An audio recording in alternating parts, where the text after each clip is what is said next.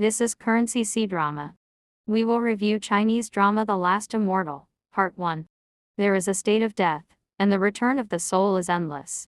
Only Yuluo King Ziyuan half leaned against the dead tree, listening to the songs of little Yujun, and welcomed an old friend whom he had met nearly 100 times.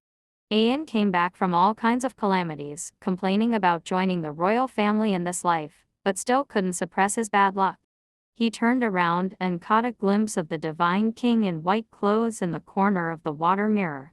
Seeing his extraordinary bearing, his brows were furrowed with sadness. Xiao Yujun was quick to talk and revealed the love-hate relationship between the white-clothed divine lord and the female immortal lord. Because the female immortal lord fell in love with the demon king of the Fox clan and betrayed the fairy world, causing great chaos, he had to kill his beloved with his own hands. After thousands of years, he found his beloved. Its soul. Even though it sounded touching and affectionate to others, Ayan got it was a bit hypocritical, and she bluntly said that if she were a female fairy, she would never see him again. The divine king in white seemed to be inspired and appeared here without any warning.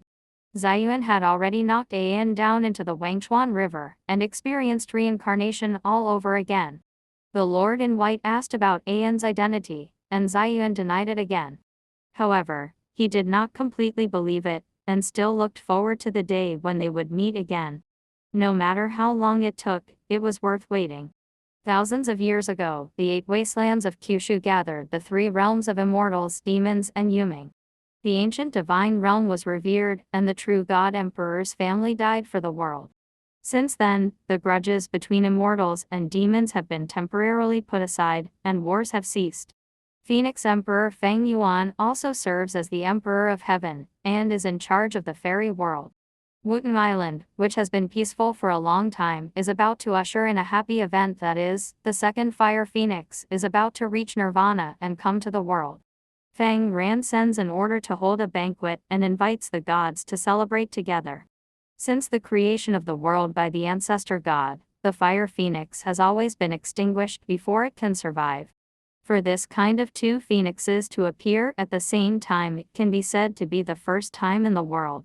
After receiving the news, Master Donghua of Days Mountain guessed that Feng Yuan might want to tell the world and prepare to hand over the important responsibilities of the Feng clan to Xiao Huofeng.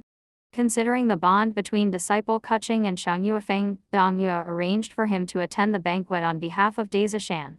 At this time, Kuching was in Zuxian Tower, competing for a pot of wine with Lingfeng, a disciple of Wani Mountain, even at the cost of a total of 200 years of cultivation.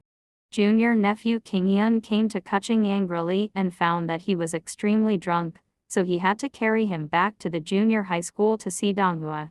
Xianxia, the disciple of Daishan, has a new apprentice, and specially brings him to see Donghua. Donghua is very satisfied and gives the apprentice son Xian the name Qingyi and warns him not to follow the example of his uncle Kuching, who is not doing his job properly. Sure enough, as soon as he finished speaking, Qingyi rushed over with Kuching on his back.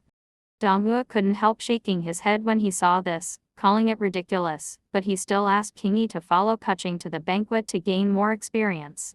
During this period, Qingyi learned about the rumors of the god realm through Qingyun, which were full of longing and mystery for him, but Kuching showed disdain. Among the 3 realms, only Donghua and his apprentice Xianxia know the true origin of Kuching.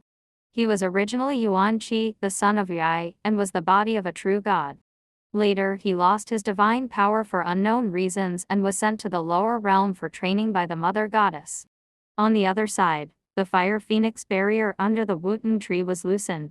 After Feng Yin transformed into a human form, the prosperous scene of Wuxia Island was her first glimpse of the world, and she couldn't wait to join in the fun.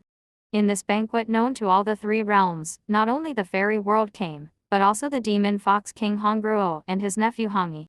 Hongruo wanted to marry the Feng clan, so he chose Feng Yin as his nephew-in-law, and even brought a betrothal gift that he had made with his own hands. All the immortals present were in an uproar when they heard this, despising the demon clan for trying to reach the immortal world without knowing their own abilities. Hongyi couldn't stand to listen and turned around to leave. He happened to meet Kuching head-on. Seeing the embarrassing way Kuching and others appeared, he felt even more contemptuous. A group of immortals came to the table. The peacock king Hua Mo brought his daughter Hua Shu, and Hua Shu's beauty attracted the attention of the young male immortals. On the other hand, the female fairy whispered that as a peacock, Hua Shu was from a second-rate sect at best, but her heart was as high as the sky. Even if she wore a peacock jade to show off, it was still not as precious as the fire phoenix jade that inherited the true god. The daughter of the Emperor of Heaven was born to be on the top of the 9 heavens, so compared to Feng Yin, Hua Shu was just a beautiful fairy who won by her appearance. Feng Yin hid in the corner, and really didn't understand why they were comparing their family background. The so-called family background was far from the freedom she yearned for. At this moment in the Jiayuan evil prison, Demon Lord Kinglin sent Zuying to seize the Fire Phoenix Jade and kill the little phoenix while the Fire Phoenix was coming to the world. Kuching mistakenly entered the back garden and heard Ling Feng and Envishan criticizing their parents. In anger he went to argue with them, but was humiliated and beaten by them. Feng Yin stood behind the screen, watching the confrontation between the two, hoping that Kuching would have the upper hand, but unfortunately, Kuching had no power to counterattack, so she simply cast a spell to subdue Kuching and teach him a lesson. The fairy noticed the red skirt floating behind the screen and mistook her for the peacock princess Hua Shu.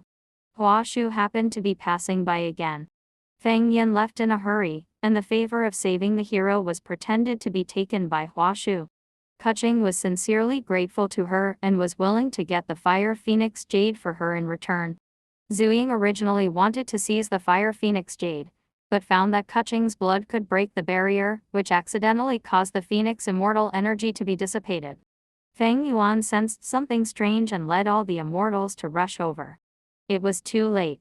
Even the soul-burning lamp couldn't sense the slightest breath. Feng Yin might have been torn apart by the Fire Phoenix Jade and fell into the turbulence of time and space.